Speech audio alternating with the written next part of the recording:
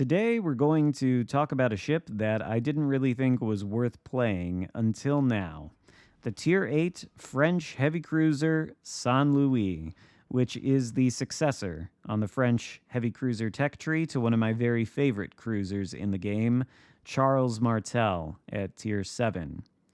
Prior to the buff Saint Louis received for this April-March 2024 update, I didn't really see a compelling reason to play the ship, but thankfully, that has now changed. So what I want to do is talk about what the actual buff was, and then explore the significance of that buff. The match you are watching right now is my highest damage I've ever done in the Saint Louis. It happened at the tail end of one of my more recent streams. I think it was the stream on the Monday where this update actually dropped, and it was the final game of the stream. Little bit of background on me if you're not really familiar with my live streaming habits. I do it about once a week every Friday. Sometimes I stream on other days like when an update drops. But in practically every stream I do, I end the stream with a match in the Charles Martel or maybe the Henri more recently.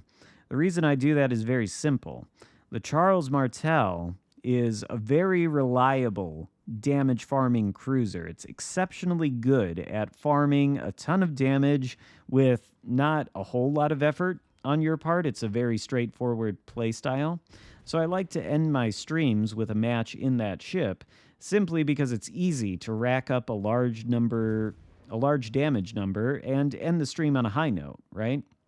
Well, Saint Louis might have been a candidate for stream ending ship if it were better when it was first released. But, well, let's talk about what Wargaming actually did to fill you in on a little bit of the background here. If you go to wowslegends.com and click on the news section, you can find an article titled Ministry of Balance Changes. The article was published on March 21st, and it shows the buff for the Saint Louis. I'll read directly from the article now in Wargaming's own words. Quote, Saint Louis is designed around being one of the ultimate glass cannon ships, focused purely on damage potential. However, she often still struggles to compete, so we're improving her survivability and reload. Prior to this update, the total HP on the fully upgraded Saint Louis was 4,900, and the main battery reload time completely unmodified was 8.5 seconds. Now, if we compare that to Charles Martel, which I play very frequently, the Charles Martel doesn't have a lot fewer hit points, honestly, than the Saint Louis did. Charles Martel's maximum HP is 38,000. So you go from 38,000 to 40,900 originally. That's an increase of nearly 3,000 HP, which is basically like a single salvo worth of overpen damage from a battleship. So not that much. And then on the Charles Martel, the main battery reload time is longer than 8.5 seconds. But with the reload module on the Charles Martel, I had a reload time of 8.5 seconds, which was the base reload time on the Saint Louis. Now, the reload module in the fourth slot gives you a 10% buff to the reload. So if you took that 8.5 seconds base on the Saint Louis and multiplied it by 0.9 to come up with the reload time pre-buff, the answer would be 7.67, which I think the game would essentially round up to 7.5 seconds. So not even a full second reload buff between the Charles Martel and Saint Louis. Certainly an improvement on the DPM, but not much of one. And so, I think the Saint Louis felt a little bit lacking. Wargaming agreed, and now the Saint Louis enjoys 44,000 HP, which is a more significant buff over its predecessor on the tech tree. And the base reload time is 8.5 seconds, meaning when you use the reload mod in the fourth slot, the reload becomes much better than the Charles Martel. Now, on the San Luis, I am thrilled to report we are enjoying a reload of 6.7 seconds. And that right there is really what makes all the difference.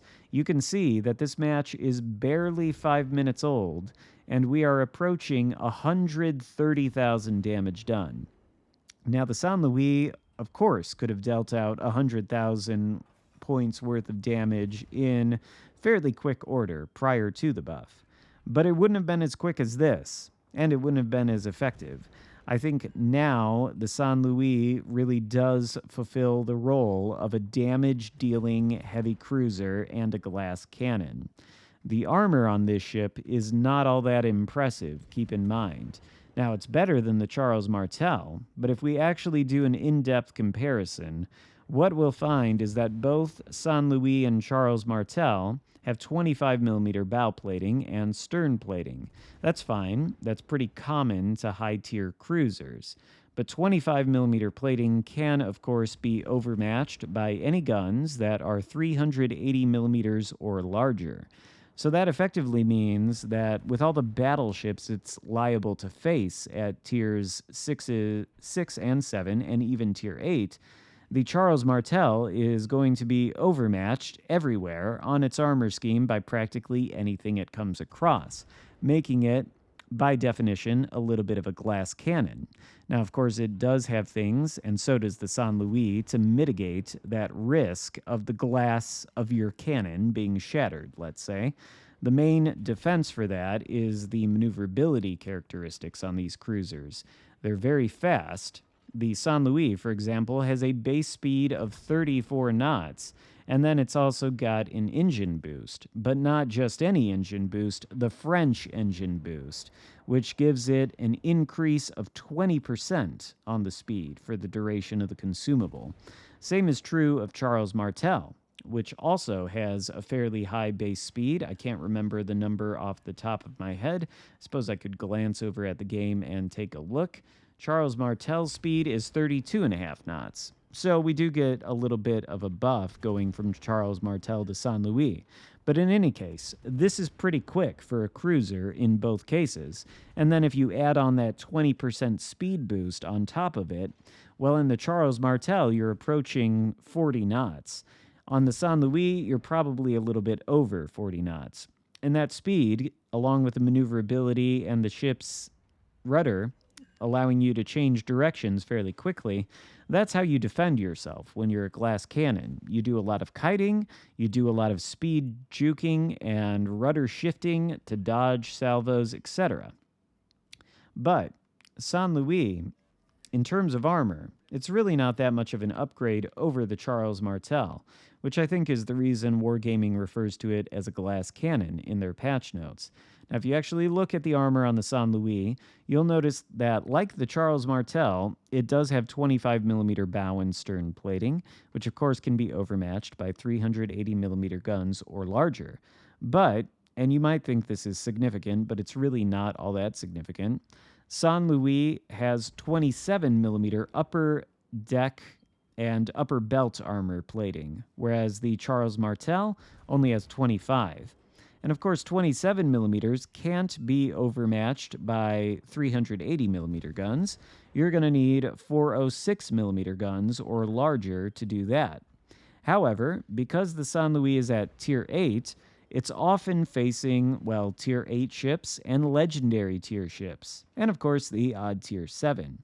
That means, in terms of the battleships it's facing, it can practically be overmatched by everything in sort of the same way as the Charles Martel can be. So even though the armor is a nominal improvement, because of the overmatch mechanic, the ships are fairly comparable, Charles Martel and San Luis, at least in my opinion, just based on the gun caliber you're going to be facing.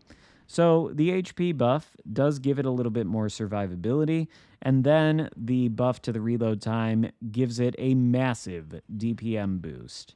If we're going to compare it to other ships, we'd have to look at, for example, the Des Moines, because I don't think there are too many heavy cruisers in this game, heavy cruiser being a cruiser with 203mm guns, characteristic that both San Luis, Des Moines, Baltimore, all those ships share. If we look at the typical cruiser at tier 8 or even legendary tier, let me see if I can find just one example here in the game for a tier 8 203 millimeter cruiser. We could look at the Brindisi, I suppose, which has 203 millimeter guns. We've got an 18-second reload on that thing, even though that thing does fire sap, so it's a little bit different. Drake has a 16.2-second reload on its 203 millimeter guns. Or actually, Drake has 234. Bad example. Ibuki, it's got 203s, 11.2. Basically, nothing except the American cruisers really comes close to the 6.7-second reload on San Luis' newly buffed guns. The only thing that I can really find that is close would be the Tier 8 premium ship Tulsa, which has 203 millimeter guns and a 5.4-second reload, or the Seattle, another Tier 8 cruiser, but that actually has light cruiser guns. They're only 155, or 152 rather, and they reload in 5.6 seconds. So in order to find anything comparable to the San Luis in terms of DPM at the tier, we'd have to look at the American cruisers with their 203 millimeter guns. In other words, we are approaching crazy American levels of DPM with this newly buffed San Luis, and it makes a night and day difference. Here we are with only 3 minutes left in this match. We've got a high caliber medal, we've got a witherer, and we've done 208,000 damage. But damage, unfortunately, is not the be-all, end-all in World of Warships Legends. Certainly, that is the role of the San Luis. Its goal is to deal as much damage as it possibly can throughout the entire course of the match, particularly damage to ships that are pushing in toward an objective. And the idea is you deal as much damage as you possibly can, but the damage in and of itself is not super useful to your team unless they are able to capitalize and turn that damage into kills. Simply dealing damage to an enemy ship does nothing one way or the other to affect the points that the team as a whole is accruing from, for example, holding the capture circles or else sinking ships. Sinking ships is the real value to the team because that's what actually gives you points that go toward your team, either winning or losing. So sure, now with the San Luis, we can deal a fairly impressive 215,000 damage over the course of a game, but you'll note that we have 0 kills. There's a Mogami and a Summers left. The Mogami is, for whatever reason, deciding he is going to offer his HP up on a silver platter. You really don't want to be giving broadside to any of these French cruisers, even at ranges of 10, 12 kilometers. Their AP is good enough that it absolutely can and will citadel you at maximum range. No citadels there on the Mogami, unfortunately. Well, until now. But I think that was primarily because of either my aim or his maneuvering and the shells missing the citadel. In any case, damage is not the be-all, end-all. We've got 232,000 damage done now, but if we want to actually win this game, well, you'll note that the enemy is nearly 800 points on the board compared to our 400. They've held the capture circles for the majority of the game. There's absolutely no way we're catching up on points. And because I did not take a capture circle, and I did not get a kill in this game at all until maybe now. Are we actually going to get the kill here on the Mogami, or is one of our teammates going to take him out for us? I can't remember. Let's see. AP, he's too angled. I probably should just be switching to the HE, and he'd be dead now. One of my teammates takes him out. So 0 kills for us, but 236,000 damage done, 18 fires, high caliber Confederate Witherer medals. Definitely a good result in terms of raw damage, but in terms of battle impact, well, not really all of that damage was converted to kills, at least not when it needed to be, and we didn't take any capture circles. So the damage is great, The ship can now perform the role it was designed for, which is glass cannon, high-speed kiting cruiser HE spamming damage dealer. That's basically what this thing is. But there's a limit to how effective that damage can be on the impact of your battle. Because, of course, here, 236,000 damage done, 2,173 XP on the losing team. Impressive results, I think, in anybody's book, but a loss nonetheless, because the ability to deal damage is not super meaningful if your team cannot turn that damage into kills and if they are not playing the objectives. Still, though, San Luis is well worth playing now. You can certainly get a lot of damage dealt with this thing, and it can be a pretty fun time. So, hope you enjoyed the video. If so, give it a thumbs up, consider subscribing if you haven't already, and I'll see you next time. Goodbye.